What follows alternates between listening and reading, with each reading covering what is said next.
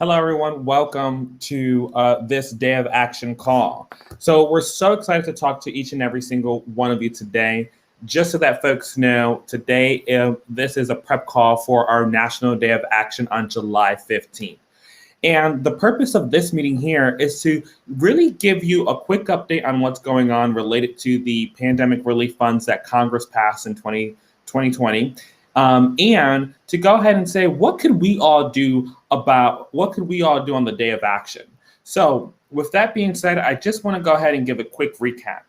December 27th of 2020, Congress passed $400 million and provided that as pandemic relief to all the states. And states were that each state got an allocation of that $400 million. So some states got 10, some states got more, some states got less. And one of the things that has happened since then is that states had to develop plans to go ahead and get this money out the door. So each state then got to determine what does their pandemic relief plan look like. And this has looked very different from state to state. In some states, we see that folks are cutting $1,500 checks.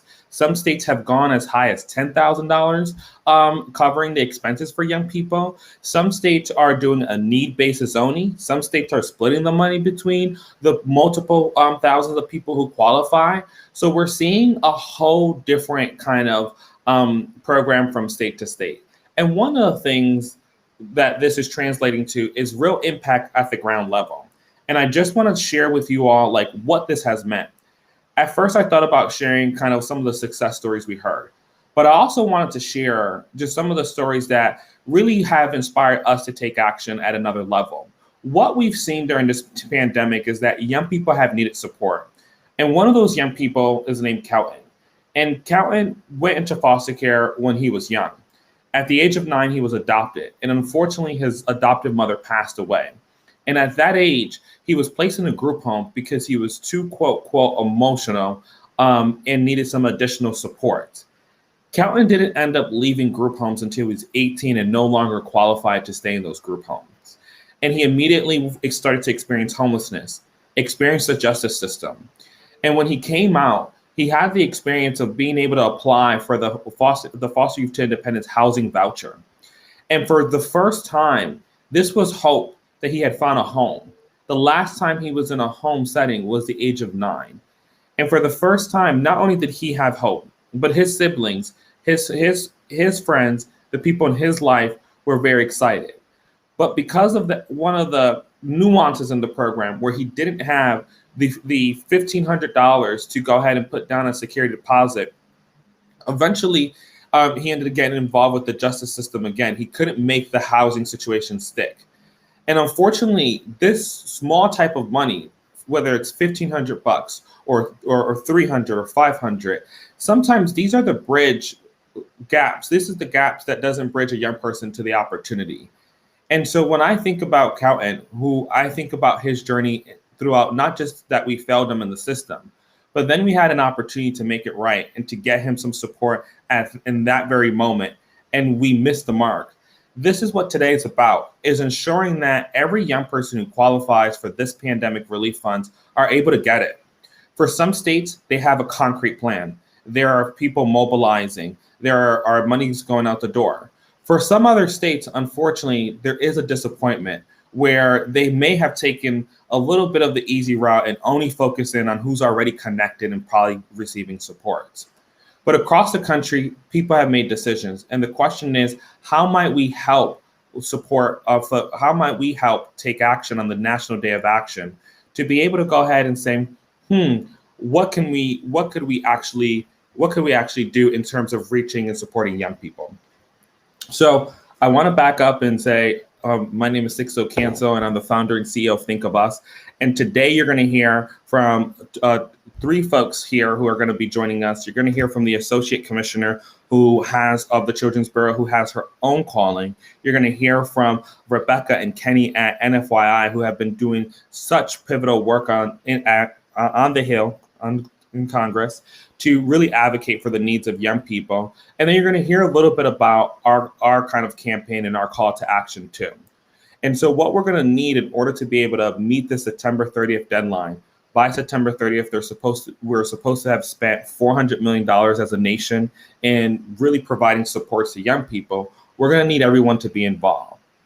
So with that being said, I want to kick off by introducing the Associate Commissioner of the Children's Bureau and letting you hear straight from Aysha.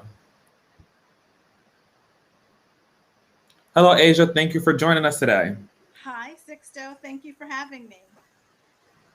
Not a problem. So we wanted just to provide you the space to be able to talk to so many of the organizations, so many of the agencies that are on with us today. We had over 700 different folks register. And so what we're trying to do here is prepare for this National Day of Action, but wanted to provide space for you to speak to the country. Well, thank you so much, Sixto. I just want to thank everyone. This was a real opportunity for me. Sixto knows I practically invited myself here because I said, no, I want to, have an opportunity to talk to the nation as well about just how important this is. Thank you all for working tirelessly through the pandemic to support current and former foster youth. I saw some pictures of there was a parade in New York City, and I saw some pictures of my former colleagues at New York City Children's Services.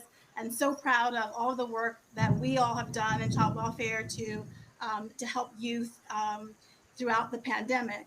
And also, of course, for your activism around this additional $400 million in pandemic relief funds for foster youth and former foster youth. But we have to make great use of it, okay? And so we have this money, we have this huge opportunity. Oh, somebody's asking me to speak louder, so I'm speaking louder. Hopefully you can hear me. But we have this extraordinary opportunity in front of us, and I know that it hasn't been easy, and that states have required some legislative fixes and some regulatory solutions, and we've really had to be creative. I love it when I hear that states you have been working with their youth advisory boards or their youth advisory councils, because the answers are there. You probably have heard me say that before. But we need to focus on one of the biggest barriers, which is really finding the youth that are not connected. All of us in child welfare we know the young people that are our go-to, the young people who are on the advisory boards that we work with, the young people who can just saunter into our office and ask us questions, or who are connected to us on some other level. But there's a whole universe of young people who may not be walking into our offices, or may not be at all of our events, or may not be connected, who still need these relief funds and need to be able to have access to them. We all know how we would feel if there was, some funds or some resources for us that we didn't even know about it and that we really, really needed. I'm glad that, the country is kind of coming out of the pandemic in some way, shape, or form, and things are opening up. But the thing about that is that I still want to make sure that we highlight that there's a whole population of people who are still in need, and that includes former foster youth and current foster youth. And so we have to kind of dig deep and go the length and find them. And so I joined this call because, as Sixto knows, I wholeheartedly believe in just harnessing the power of lived experience, as he does so well. And this campaign, Check for Us, has created a place. It's really a zone, right, for states to connect with young people. And we need to be using this tool, right? It's an extraordinary tool. It's nationwide. There's access to it. And so I want to encourage you all to take advantage of it.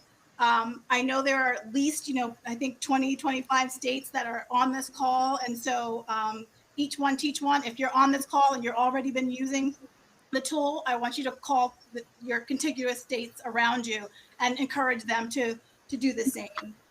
We have to go to the length for our young people. We have to leave no stone unturned. I use that term a lot in this work, but I think it's certainly appropriate here. And so I just want to just encourage you all to do that. And of course, your peer states to do that as well. If there's a way that the Children's Bureau can be helpful, I was talking to one of my colleagues who works with Mississippi, and she was talking about how she helped a Mississippi kind of figure out how to use the funds and distribute the funds in the way that they needed to. And so she was able to sort of like move a mountain in some ways. And so if our staff can be helpful in doing that, I want to offer that up. But just let's do it. Let's dig in, and let's be peers and helping each other to reach out to the young people that need these resources. Thank you, Sixto. No problem. Thank you. I think what I want to do is just tell people a little bit about the campaign and actually give you a visual. So, about 5 weeks ago, what we did was we launched a website that was co created with lived experience advisors, people who have lived experience, and every single aspect of the brand, the messaging was all about how is it that you are able to go ahead and really be able to really market to young people. And so just going to share this here so that folks can see this is Check for Us. And what you'll find on this website is one central place where young people can submit their contact information. And what we're doing with that contact information is then we're sharing it with states. And then from there, states have the opportunity to do verification for funds. States have the opportunity to send additional resources. Now those emails and that contact information is there so that states are able to go ahead and leverage that. On the website, you'll also see that we've provided ways for whether you are a state or an organization, actual content and materials that you can download so that you can be able to market to young people. This content was co-created with people with lived experience in foster care. So you'll see that it resembles many of us. The second thing that we did that we put on here was what do we know to date? So we have been talking to states across the country. And here you'll see what is the eligibility that a state may have shared with us. What are they saying that they're offering to young people? And then what is the link?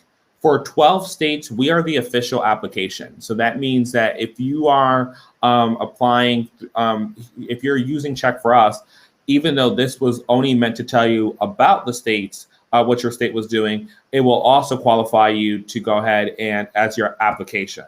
So to repeat it in simpler terms, no matter what state you're in, we're going to take your contact information and share it with the state and the specific team that's doing the verification.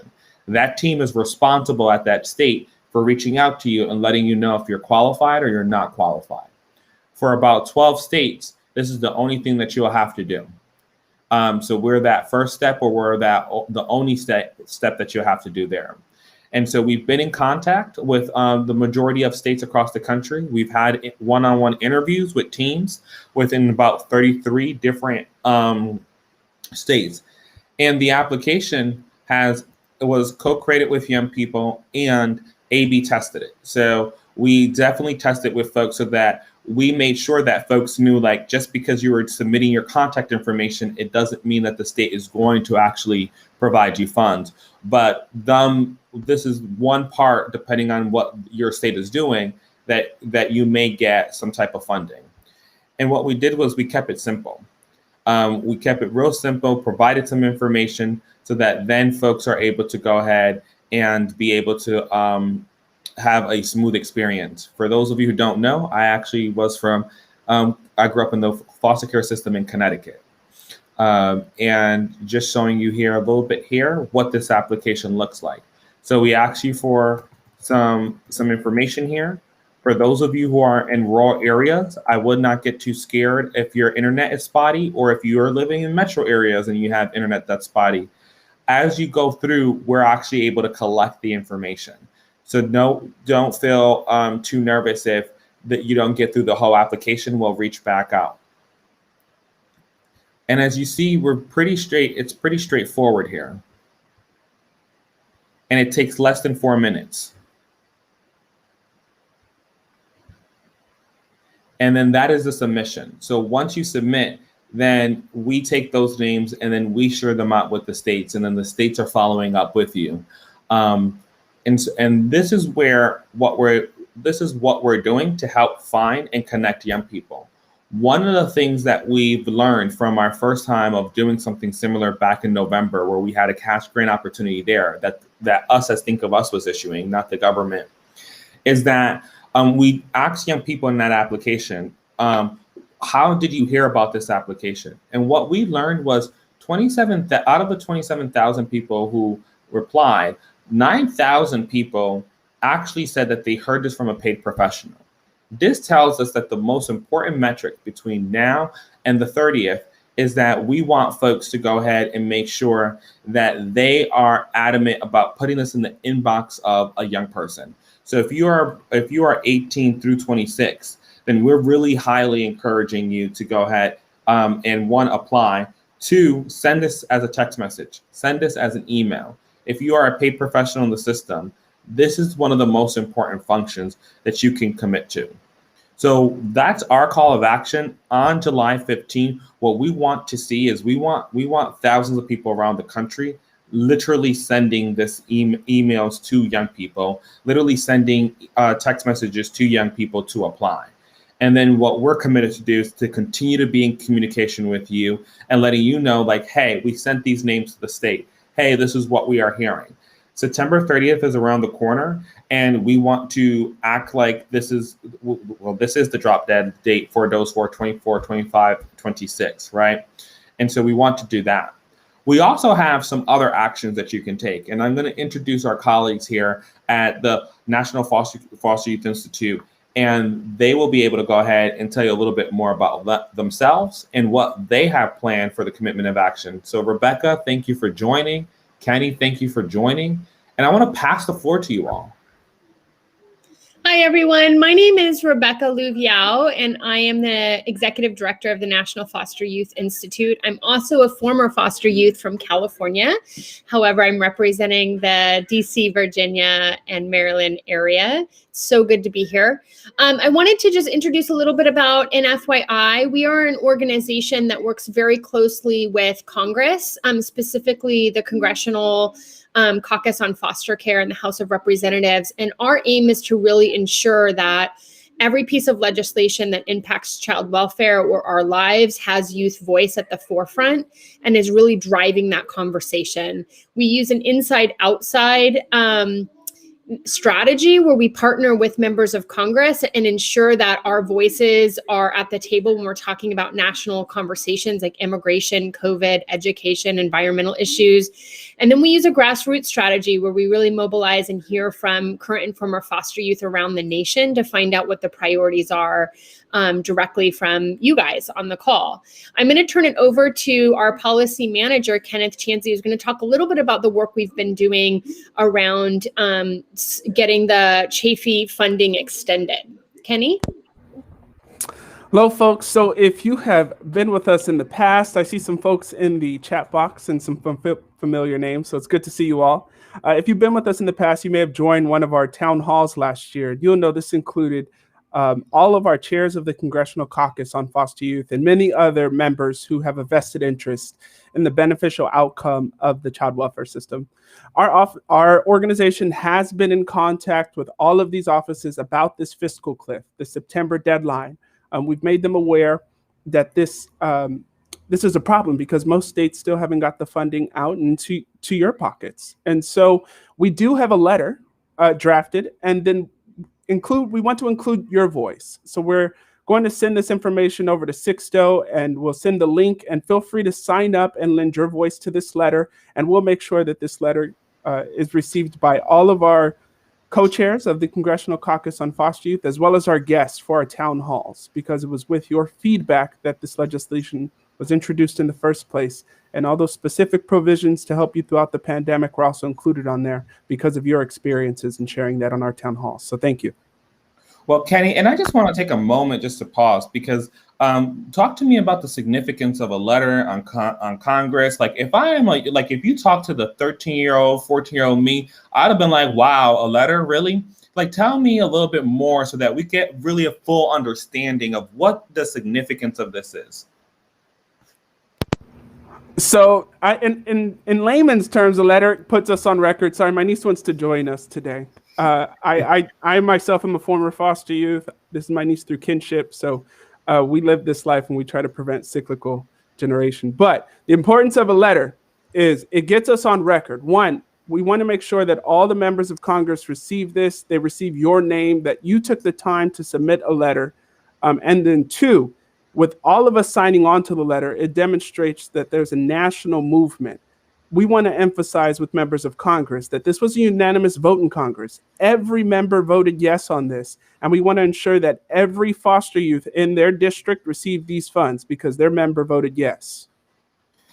Thank you, Kenny. And I really want to emphasize this because right now, a lot of congressional members are in a situation where they have to make a lot of tough decisions. And so they're hearing from groups of people who are signing on, and lots of letters are coming on from other causes. And so we want to make sure that we have the same type of presence when decisions are being made. If we can get a lot of letters in, if we can get a lot of people to sign on, then we're able to go ahead and have enough political pressure. So sometimes it is the very simple tools that can be very, very impactful. And this is one of them. What we're talking about today is action in the current forms. Send out an email to the young people that you are connected to. Please share on your Facebook the checkforus.org application. Share it on your Instagram. Share it on your Twitter. But if you're only going to choose one, please choose Facebook because that's where we see the older foster youth population being. We're going to send you an email. And in that email, we're going to ask you to take a pledge to do it for the day of action. And what that pledge is going to say, are you going to send emails? Are you going to call young people? Are you going to sign this letter? And for those of you who say you're willing to sign those letters, we're going to go ahead and share that right with our partners over at NFYI so that then they can follow up and make sure that you're part of that process. This is a moment where I think it's very important that all of us take action. And the reality is because this is not just about a check in young people's hands. This is an opportunity to really to show Congress, to show the nation that young people are here, that we have needs, and it's an opportunity to be counted. My fear is that us not spending the money, us underspending, us not actually doing the outreach to young people and them getting the resources that we need, that it may affect how people believe how urgent our situation is. If we didn't spend relief money, how can we ask for recovery money?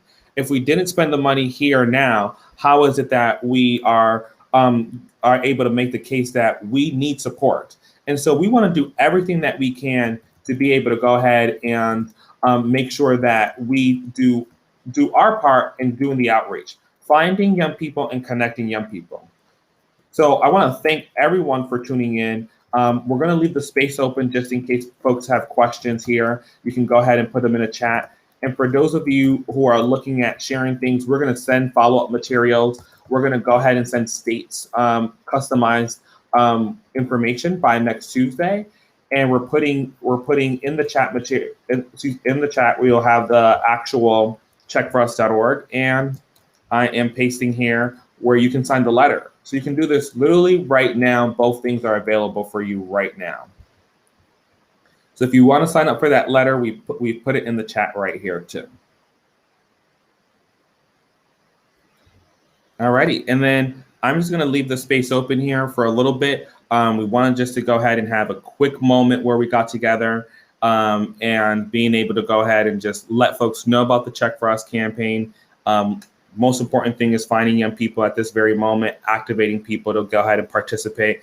And you can be activated on the outreach. You can be activated on the congressional stuff. And while we wait, Kenny, I believe you and Rebecca have a virtual conference coming up. We do. Thank you, Sixto. So, and we're still accepting applications right now. We will be having a virtual congressional convening. It starts on July 19th and goes until the 26th. It's going to be 3 days of workshops, all virtual, so you can attend anywhere from the comfort of your home. And then on Monday, we're going to be meeting with decision makers and members of Congress to talk about really important issues. Kenny, do you want to kind of review the issues? Yes. So in addition to this issue we talked about today, which is really important, we also have a number of issues that we've really seen members champion throughout this year. They include juvenile justice and the intersectionality between child welfare and the criminal justice system. They include access to healthcare and, most importantly, healthcare continuity, so that if you are in transition an age foster youth, that your healthcare follows you between states. We have higher education, making sure that applying to good colleges who have good programs to support you on campus are available and well known through the application process, as well as mentorship, which in this year's bill, this congressional session provides funding, $30 million for peer-to-peer supports, which means foster youth can get paid to be mentors of foster youth if this bill passes. So And child welfare prevention too, having conversations about how we prevent child entering foster care, and whether that's through services to remain at home or kinship care like Kenny's doing. How do we support families to stay together? You can find our application on our website or on our Facebook, nfyi.org. I think you could probably type in nfyi.org in your Facebook and we would pop up too. So we would love to have you guys join us. And again, it's not too late. Thanks, Sixto. Not a problem. I see some questions came in. So one young person is asking like how long this is going to take. And the reality of the situation is that we don't have a concrete answer. Every state is doing their verification differently. The most important thing that I would say to anybody applying is really try to remember the county that you went into foster care in. I know that could be triggering. It's a hard ask to ask that, but one of the ways that people are doing verifications is that they're looking at the county that you were in, and that makes it faster for folks to verify that you were in foster care. And then that triggers the next step for you to be able to go ahead and get that payment. Sometimes it's difficult to think about those moments, and so we tend to kind of gloss over them. I do in the applications that I do sometimes. And so just flagging that as here's a tip to kind of try to get through the process without have someone to do some outreach to you and be like, hey, what county? If you don't remember, it's okay. Still submit the application. We're expecting every state to do their best to find who qualifies. For folks, I know there's someone saying here you're in Los Angeles. California is a little tricky. If you are 18, 19, 20, 21, your verification will be done by your caseworker. You will outreach to your caseworker and you will get $600 is what the opportunity is. If you are 22, 23, 24, 25, or 26, your verification will be done by the state office. And so the state will then verify and should be sending you an email saying, hey, you qualify for $1,500. Now, there are other states, like if you are in Oregon, then you will go straight to Foster Club and you will go ahead and fill out a needs-based application. So you will describe your needs, you will tell them your needs, and then they will make a determination around what, to fill those needs. So I want to go ahead and just, flag that. I think this is a couple things to remember. This is the first time a lot of states are doing this. I would also say that me growing up, I'm gonna take my think of us hat off and say me growing up in the system, if they told me it was coming in 2 weeks, then I thought about it in 6 weeks. If they told me it was coming in 6 weeks, then I thought about it in 3 months. Managing those expectations are gonna be critical. So I just want you to not have, I know it's sometimes hard because we need the money now, but not making plans for that money in the immediate short term is probably one of the safest things to do. I wish we could have a magic wand to help states move faster in verifying, but that is a process that has to be done. Some folks are asking about how they can register for the congressional convening. I'm going to drop this link in the chat. Thank you, Kenny, for providing that. And feel free, Kenny, to provide any other links that people are asking for in here. Just another quick thing. We have Jessica Rogers asking how can we ensure states and county are making the age of foster youth a priority? That's local advocacy. We had one state that was planning to use the majority of the funds for just increasing programming. And it was young people who were like, oh, hell no, this is the need. This is what the data says, right? And here's what we need, which is immediate pandemic relief. And so that was something that actually happened. So they were able to change the state's mind on that. We have another question here. How can we register for the virtual convening? I just want to let you know we put the link in the chat. Happy to put the link back in the chat, Mike. But we will make sure that folks get that link in the follow-up emails also. How likely is it that a child should be placed in their original home? I'm not truly understanding this question just yet, so feel free to give me a little bit more context. But what I would say is if you're thinking about the application, you don't need your original address, just the original county that you were in. Okay. And then This is a very important one. It's the deadline for verification and submission to the state of California, September 3rd. So in California, on September 3rd, applications will be closed, right? And then they will spend the rest of the month doing additional verification. So for California, September 3rd is your date. If you are in California, make sure that you're applying by September 3rd. We are less than 60 days away, like we're on a race. If you are in Tennessee, your application date is actually going to be July 31st. So that is literally in 2 weeks, right? So let's make sure you get through there. If you're in Hawaii, about half the spots have already been filled, maybe more than half. The last time I talked to Hawaii was like a week and a half ago. So want to make sure that you do that. Now, we have another question here is like, what if the state never reaches out? This is where advocacy matters. I mean, we will be paying attention to this. We're asking states, are they reaching out to young people? We've been partnering with states to make sure that they at least have a list of young people. One of the problems they said is we don't know where young people are at. We were like, we will work together as an ecosystem to figure it out. We have great partners like NFYI and others who have been really figuring out how is it that you make sure that young people know about this opportunity. And so local advocacy is going to be needed. On our end, we will be asking the question, which is very important. And then someone asks I'm wondering what funds do I qualify if I'm 25 years old?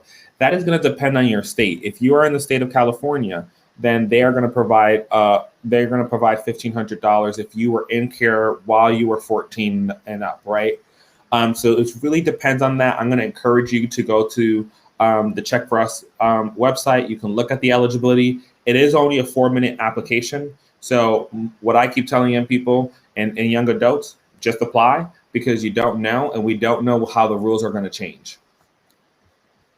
So we're coming up on time here, and I want to go ahead and answer a few more. But Rebecca, Kenny, any other kind of last statements or last thoughts that you want to make sure that both the young people, the folks working in government, folks working in a nonprofit organization, anything that they should know?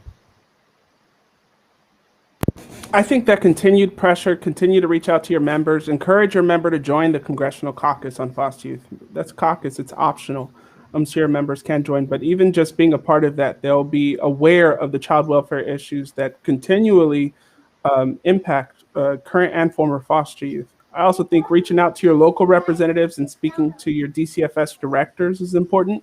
I know that in the city, our Los Angeles chapter has spoke to Director Cagle about this very issue. Los Angeles County is very large. There are over 36,000 foster youth in the county alone. But also our chapters in Michigan, New Jersey, DMV. We're looking for folks who want to activate and reach out to our local folks, because as we see with Sixto and this collaboration, the work on the federal level matters just as much as the state and the county. So let's all get together. Absolutely.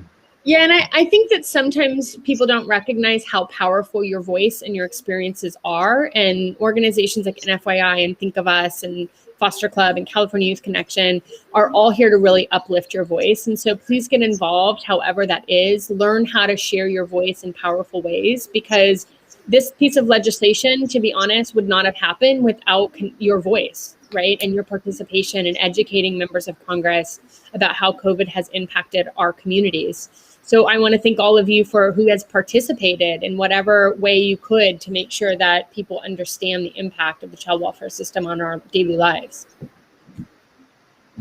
Thank you so much, everyone. Thank y'all for joining us. I'm going to answer a couple more questions. You're happy to stick around, but I know you are all busy working those congressional halls and really making sure that Congress is staying proximate to young people. I can't thank you all enough. It is crazy to think that during the pandemic, every single week y'all were hosting town halls with different congressional members, making sure that they understood what was going on, and not just any type of congressional representatives. We're talking Nancy Pelosi. We're talking folks who were there, who really took the time out of their day while managing a national emergency. And you all did that, and you all made sure that young people had access to those members to share. And I can't thank you enough for your work. We say big shout out to them. Big shout out to our co-chairs. I got to say their names: Representative Bass, Representative Brenda Lawrence, Representative Don Bacon, Representative Jim Langevin, and Representative Mark Wayne Mullen. among many other members. Please don't be mad if you see this recording. Member isn't shut it out, but our co-chairs are really championed. I call them child welfare champions because they've really been there throughout the pandemic and before, and I see them continuing after their leadership. Well, thank you both, and I'll spend just a couple more minutes. There's a couple more questions from young people here, and I want to make sure every young person gets their question answered. Feel free to hop off, stay on, totally up to y'all. We had another question that came on, and this one is, once the virtual funds go out, do we foster youth acts? Sorry, excuse me. Reading out loud is difficult. Once virtual funds go out for relief to foster youth, someone asks if the funds have to be spent by September 30th. So once you have the money in your hand, that's your money. You do not have to spend your money by September 30th. The state has to spend the money by September 30th.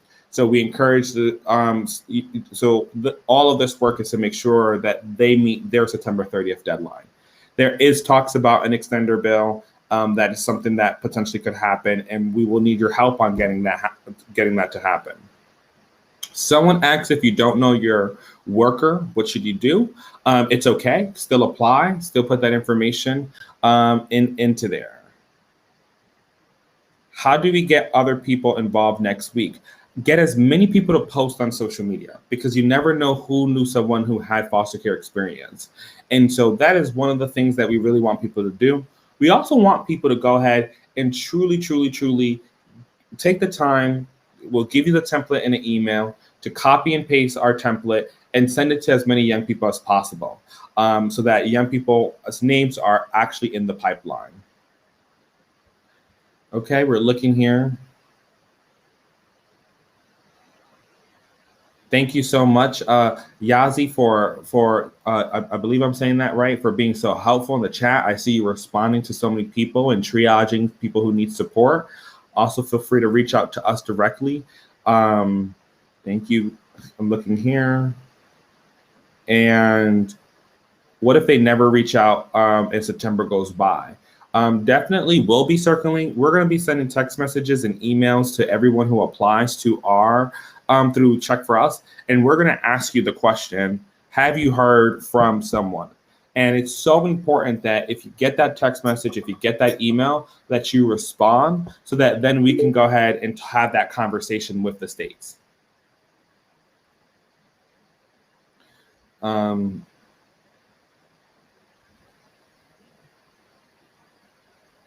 looking here to see if there are other questions.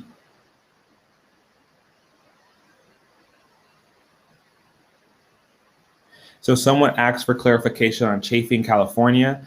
Right now, what we know through the official guidance that was given is that the pandemic relief is going to be for 18, 19, 20, 21, 22, 23, 24, 25, 26, not for 27-year-olds. And so that is the official thing that's happening. And as you know, California, you have all advocated with folks like CYC to make the impossible possible happen. So I would say, if you feel that you should have something on your agenda, go out there, get involved in your state, local advocacy organization, California Youth Connections, and push for the agenda that you want. So I think we've answered most of the questions here that are not duplicative. Forgive me if I did miss something. Feel free to reach out to us. As we move forward, we're going to be keeping folks in the loop. Let's try to get as many young people through Check for Us as possible, and we'll be keeping them in the loop as what's happening with states. So just want to thank everyone for your time, and feel free to share this content that will be on YouTube now. Thank you, everyone.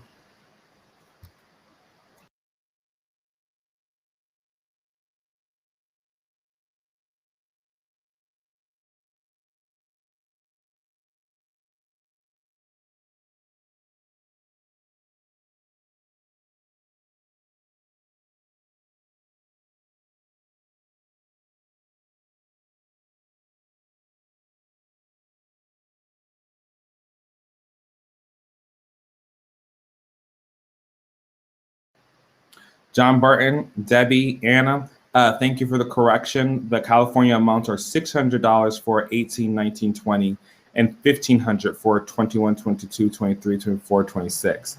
So thank you so much for that correction, and we'll make sure we'll email out those corrections and things to young people too.